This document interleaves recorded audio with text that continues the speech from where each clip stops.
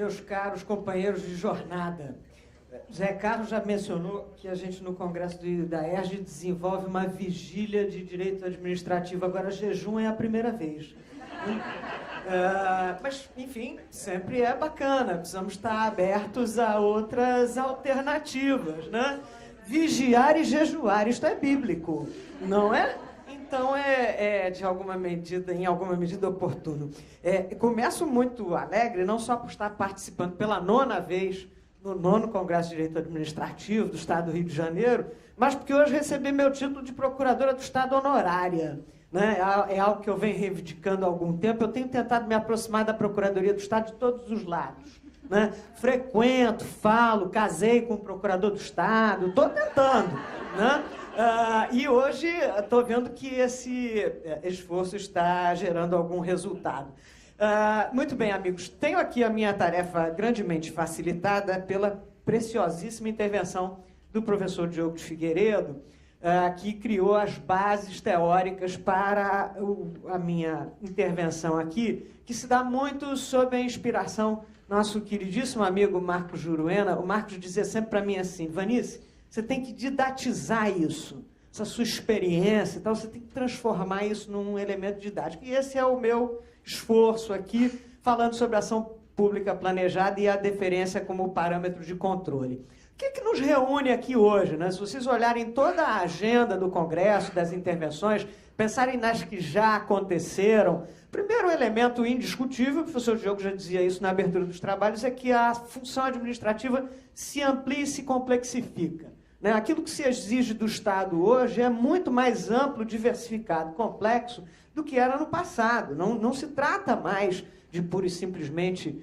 as funções de gendarmerie da ordem pública, mas são coisas muito... Pensem só nos últimos momentos que viveu o município do Rio de Janeiro, organizando competição olímpica, paralímpica. Então, isto é alguma coisa que todos nós vivemos, e isso nos aponta, nos pressiona a insuficiência dos critérios binários, pode, não pode, tem uma resposta só, uma necessidade administrativa determinará uma única reação da administração pública. Não vivemos mais nesse cenário, como bem nos apontou o professor Diogo de Figueiredo. Além disso, nós temos um sistema de controle, também foi brilhantemente explanado e sistematizado pelo professor Diogo, nós temos um sistema de controle extenso, e interno, externo, social, contra poderes, né? As instituições que desenvolvem a chamada representação funcional, controle jurisdicional, cada vez mais amplo. E essa coexistência de múltiplas instâncias de controle levam à circunstância de que as ações administrativas estão sujeitas permanentemente a todo esse tipo de controle. E o que pode se pôr, por vezes, em momentos muito iniciais da ação administrativa. Quer dizer, no passado, você eventualmente teria o controle ao final, Tribunal de Contas, ao final da execução do contrato, desenvolveria o controle. Hoje em dia, não. Hoje em dia, isso se põe preventivamente. Quando você começa a construir o desenho de uma ação administrativa, sobrevém um inquérito civil, uma indagação de qualquer ordem, o que significa dizer que a administração tem que ser capaz de de justificar as suas próprias escolhas ao longo de todo o seu processo de formação da decisão. A par disso, a gente não pode deixar de ter em conta que a perspectiva das instituições de controle também é necessariamente plural. O desenho institucional de cada uma delas vocaciona essas instâncias de controle ao exercício, à vocalização de pretensões distintas. Né? Pensem, a gente agora com a legitimidade conferida para o ajuizamento de ação civil pública, o Ministério Público e a Defensoria Pública Geral do Estado. Na minha área, eu sou procuradora do município na área de urbanismo e meio ambiente, não é raro que a gente tenha duas ações civis públicas de sinais trocados, como a gente diz lá, né? O MP pretendendo a remoção de uma determinada ocupação, porque a área com implicações ambientais e tal, e a Defensoria pretendendo a mantença, por conta do direito fundamental à moradia e outros aspectos, né? Então, a perspectiva de análise das instituições de controle é necessariamente plural. E isto faz com que a administração pública esteja sempre vulnerável a algum tipo de crítica. A administração vive hoje, aquela história do velho, o menino e o burro, né? Aí o velho puxa o burro com o menino sentado em cima. Que absurdo, o menino sentado e o velho caminhando. Tem que ser o velho no burro e o menino... É o que vivemos hoje. Nós estamos sempre sujeitos à crítica. Agora, isto tem uma razão de ser, e volto de novo à intervenção do professor Diogo. O professor Diogo nos falava das instituições de controle, da substituição de critérios de atuação da administração pela política dos valores, né? Dizia o professor Diogo, olha, os valores vão nos unir, ao invés de nos dividir. Os valores vão funcionar como elemento de agregação e de qualificação da nossa atuação. Isto é verdade. Mas, de outro lado, valores são necessariamente alguma coisa aberta, alguma coisa sujeita à discussão, sujeita à formação do acordo possível, né? Qual é o grau de proteção ao meio ambiente que a gente vai dar, considerando as necessidades de viabilização do desenvolvimento econômico? Tudo isto é muito indeterminado, tudo isso está a exigir muito também, como bem nos lembrava o professor Diogo, o exercício democrático, a função dialógica. Então, esta situação em que a administração se vê permanentemente chamada a formular as suas próprias justificativas, isto é difícil, especialmente para nós que somos advogados de Estado, e é difícil para o administrador público, mas isso é, sem sombra de dúvida, uma conquista democrática. Agora, de outro lado, isto leva a que o aparato argumentativo, os institutos com que a gente trabalha e vem até hoje manejando, percam força diante desses argumentos de princípio, né? Eu estive falando recentemente na AGU, em Belo Horizonte, e aí eu dizia, olha, essas cláusulas abertas permitem muito um certo exercício retórico. E no exercício da retórica a gente está perdendo. Porque nós advogados de Estado, né? A gente vai e fala reserva do possível. E aí a posição oposta diz mínimo existencial. Pô, perdi. Né? A gente fala reserva da administração. Aí, de outro lado, se diz dignidade da pessoa. Pô, perdi. Né? Então, vejam que, neste exercício retórico, o jogo está ruim para nós. Agora, de outro lado, o exercício retórico deixa tudo muito fluido. Ok. Não, é claro que a expressão dignidade da pessoa é mais forte do que a expressão reserva da administração. Mas onde está cada um? Qual é o papel? Por que existe a reserva da administração? É o porquê a que se referia o professor Gessé. E aí isto faz, e essa é a minha proposta aqui, que a gente precisa desenvolver novas técnicas ou revisitar os nossos velhos conceitos, os nossos velhos critérios, de maneira a que a gente empodere o sistema de controle, mas não paralise a administração. Porque controle é bom, mas a administração funcionando é muito bom também. Né? O controle que leva à paralisia, ele não atende ao interesse público tanto quanto se imagina. Muito bem, qual é o cenário em que esses desafios todos se aplicam? Um cenário em que a gente ainda por cima tem a diversificação do papel da administração. Estou aqui me valendo de umas expressões que são usadas pelo professor Carlos Ari Sanfeld, né? Ele fala lá no Direito Administrativo para Céticos, que a gente tem a administração do CLIPS, que é aquela que desenvolve as funções ordinárias da máquina pública, né? Carimba os papéis, expede os documentos, etc, etc. A gente também tem a figura mais recente, que é da administração dos negócios, né? Que é o agente de construção de um ambiente que favoreça o desenvolvimento econômico. E a gente tem também, não podemos esquecer, algo que está surgindo com maior relevância, que é a administração da indução ou da propulsão. É a administração que fomenta o desenvolvimento de atividades que são necessárias, estão postas na Constituição, mas não só como um dever posto à administração, mas também à família, à sociedade, a todos nós.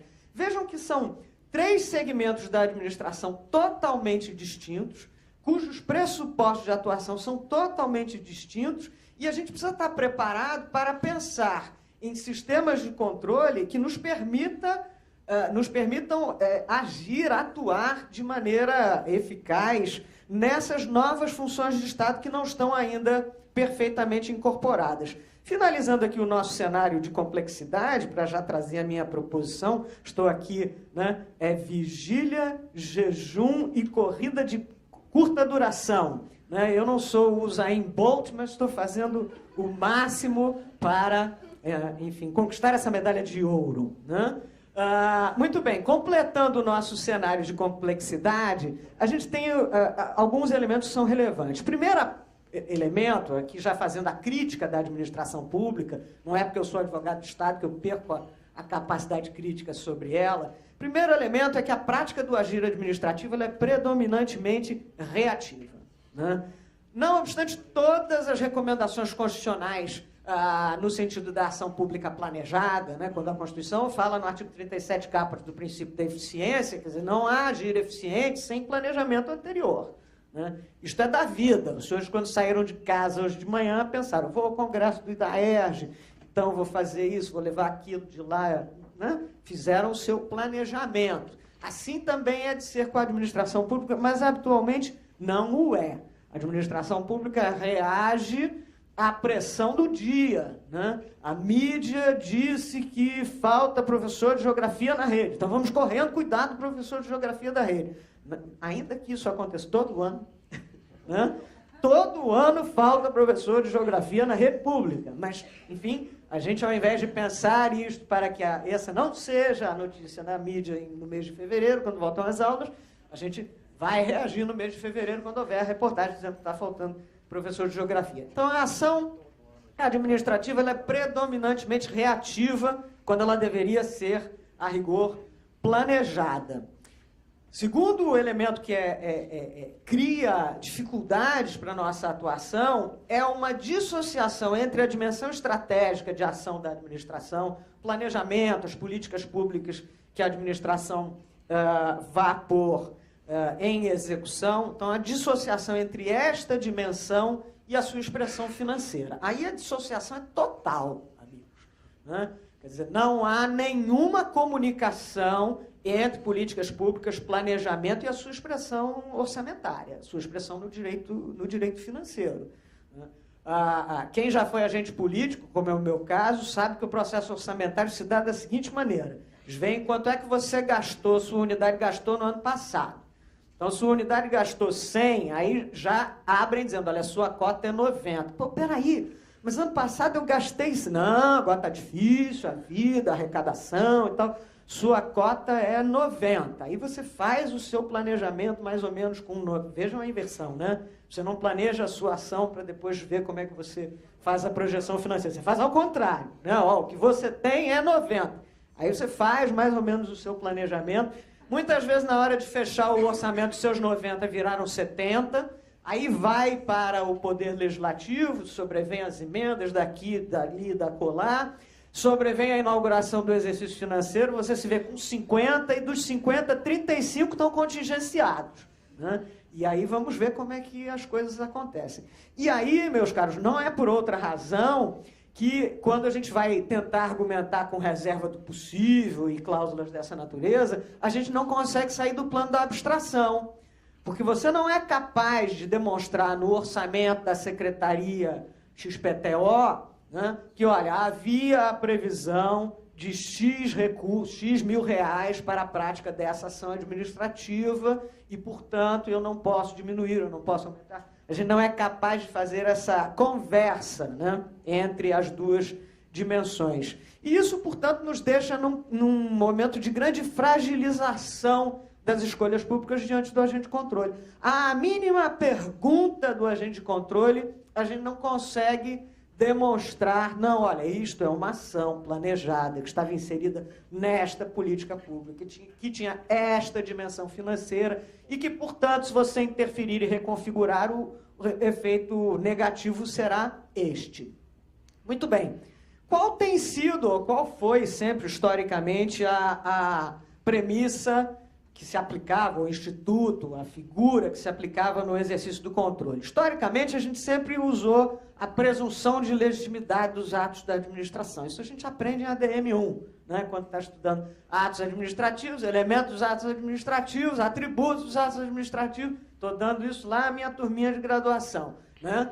Presunção de legitimidade. Esta é uma figura que hoje em dia ficou muito erodida, né? A gente que é advogado de Estado sabe. A gente vai lá, maneja na contestação, né? Olha a presunção de legitimidade dos atos da administração.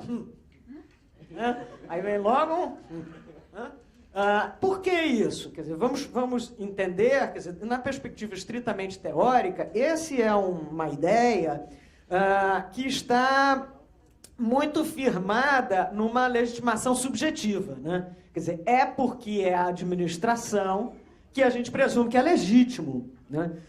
Em verdade, me parece que nós precisamos avançar um pouco mais. Dizia o professor Diogo de novo, olha, os mecanismos de controle do poder, quer dizer, você não pode lidar especificamente ou exclusivamente com a legitimidade pela subjetivização, você tem que lidar com a legitimidade pela objetivização, pelo resultado, né? É dentro deste cenário que recuperar mais do que a ideia de presunção de legitimidade como valor absoluto, mas recuperar a ideia de que a ação administrativa deva estar referida, precedida e inserida numa lógica de planejamento é relevante. A presunção de legitimidade no seu modelo tradicional, ela ia operar a partir desses três eixos, né? A presunção de legitimidade envolvia uma regularidade na qualificação jurídica dos fatos, na interpretação jurídica adotada e na regularidade do exercício das competências discricionárias. Agora, esses dois últimos eixos, eles têm uma enorme zona de incerteza, né? Porque qual a interpretação jurídica adotada em relação à abrangência dos deveres positivos do Estado na proteção ao direito à moradia? Bom, nós teremos uma interpretação, a administração terá uma interpretação, as comunidades destinatárias desse tipo de atuação terão outra, né? Então, vejam que há elementos, né, associados à presunção de legitimidade que serão elementos sempre suscetíveis de intenso debate. E aí o problema que a gente tem é que o controle fica sem referencial. Qual é o referencial para o controle? Porque as expressões são vagas, nós teremos interesses plurais, múltiplas argumentações, e aí a gente vive a situação que nós vivemos hoje, em que o controle passa a ser muito mais um sentimento de justiça do que um critério de objetivização do poder, como nos propunha o professor Diogo de Figueiredo. Efeitos deletérios desse quadro. Primeiro, homogeneização do exercício do controle, tendo por objeto funções da administração significativamente díspares. Então, você pega o princípio da impessoalidade, que é absolutamente próprio para a administração do CLIPS, e pretende aplicar ele na administração do fomento. Como assim? No campo do fomento, não há como ser impessoal. Como é que você vai fomentar a partir de uma perspectiva de impessoalidade, né? Então, a gente tem uma confusão no sistema com essa homogeneização. A gente tem um reforço à tendência de atomização do agir da administração. Quer dizer, a administração não é estimulada a uma ação planejada, porque cada ato pode reclamar uma cadeia própria de justificação. E aí a gente vai esvaziando ainda mais a lógica do planejamento com esse resultado final de desestímulos. Bom, qual é a minha proposição ao fim e ao cabo? A minha proposição é que a gente retome como critério objetivo do exercício do controle a deferência para com as escolhas administrativas precedidas de planejamento. Significa dizer, se o agir controlado é um agir que foi antecedido do exercício de planejamento, portanto, da inserção na competente política pública, com o devido reflexo no plano do direito financeiro, né, do exercício da atividade financeira do Estado. Se isto assim se deu, se a administração desenvolveu o seu papel de desenho da sua atuação conforme a moldura constitucional, o órgão de controle, Tribunal de Contas, órgão jurisdicional, ele tem que assumir uma posição, em princípio, deferente para com esta escolha. Não porque é a escolha da administração, mas porque é a escolha da administração formulada segundo o iter que a Constituição reservou à administração. Bom, e o que significará este dever de deferência né? Quais são o que se contém, o que decorre desse dever de deferência. O primeiro efeito desse critério de deferência como elemento de objetivização do controle é exigir que a instância de controle conheça os termos do planejamento, né? Fico pensando isso especialmente no nosso contencioso, né? Muitas vezes nem passa pela cabeça discutir isso, mas afinal, o que a administração queria com isto, né? Por que ela está fazendo esta determinada intervenção? Como isto se relaciona com o agir integral da administração, né? Eu teria vários casos, o adiantado da hora e o estado famélico de todos me impede de narrá-los, mas vários casos, vou dar um único exemplo. Estávamos nós lá na construção de um sistema intermediário do descarte do lixo urbano, né?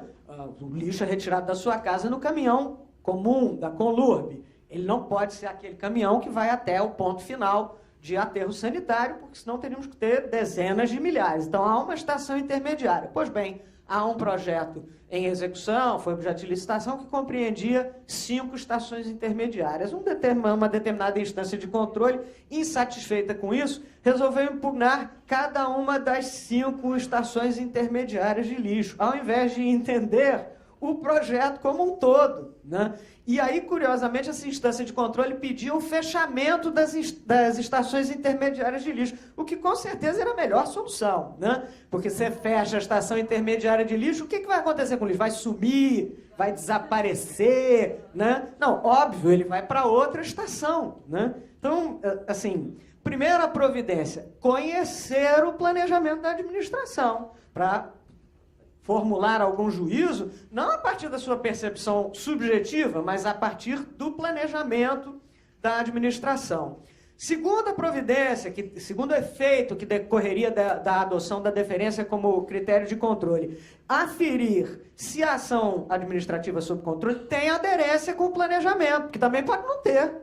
A administração pode ter formulado uma determinada política pública e lá pelas tantas troca, sei lá, o gestor, aí resolve fazer outra coisa, né? E aí aquilo que ela está materialmente fazendo não é aquilo que ela se propusera a fazer, né? Então, a deferência, porque exige conhecer o planejamento, nos permitirá saber se a ação está acontecendo segundo o planejamento, que é o que é desejável da administração. Terceiro elemento que decorrerá aí dessa modelagem é a administração diálogo. Veja, Fernando, errei o PowerPoint, hein? Você falou tanto que o meu PowerPoint, né, ficou uma sujeira. Foi em homenagem a você, Fernando. Fiz especialmente para você.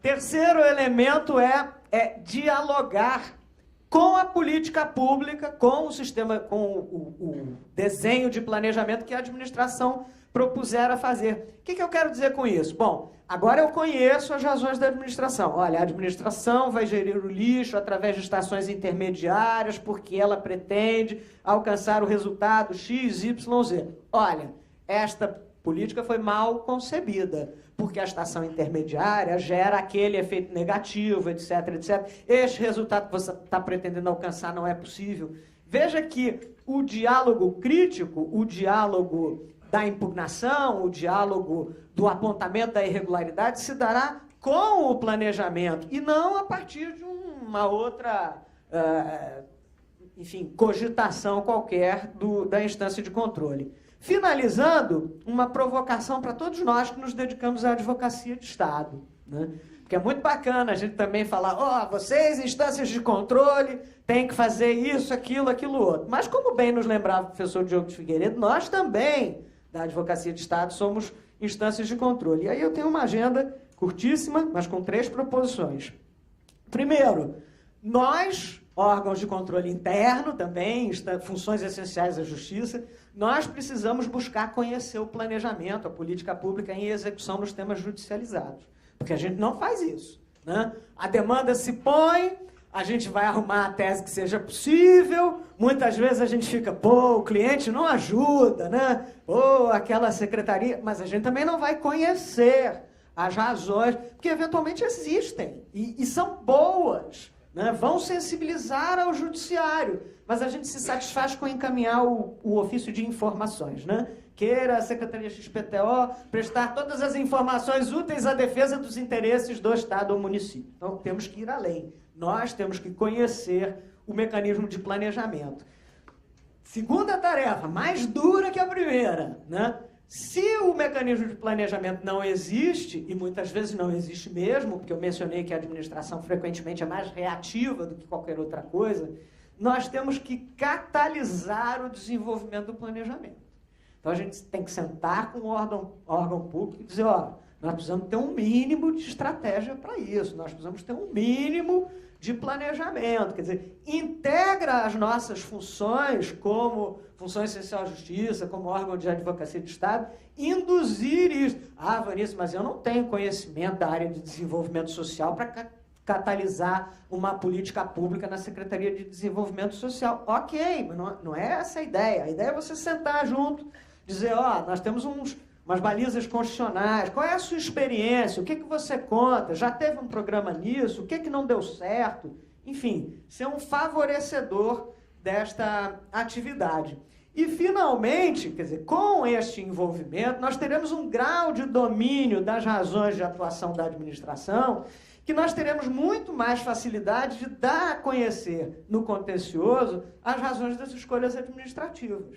Então, a gente não vai mais fazer a contestação com o equilíbrio e a harmonia dos poderes, com a reserva do possível e com... Não, nós vamos ser capazes de dizer, olha, bem ou mal, escolhemos isto para gerar este resultado neste tempo. E aí a gente trazer a discussão do exercício do controle para um campo mais objetivo. A mensagem essencial da proposição do uso da deferência para com a ação planejada como instrumento de controle para a ação administrativa é que a gente saia do plano do debate em torno das categorias abstratas e vá para o plano da ação administrativa em concreto. Olha, é isto que nós escolhemos fazer dentro deste quadro, porque aí nós vamos atrair também, amigos, as instâncias de controle para esse mesmo grau de concretude, porque também é muito simples ser controlador, dizendo, a dignidade da pessoa não está sendo observada aqui. Bom, isso é muito simples, né?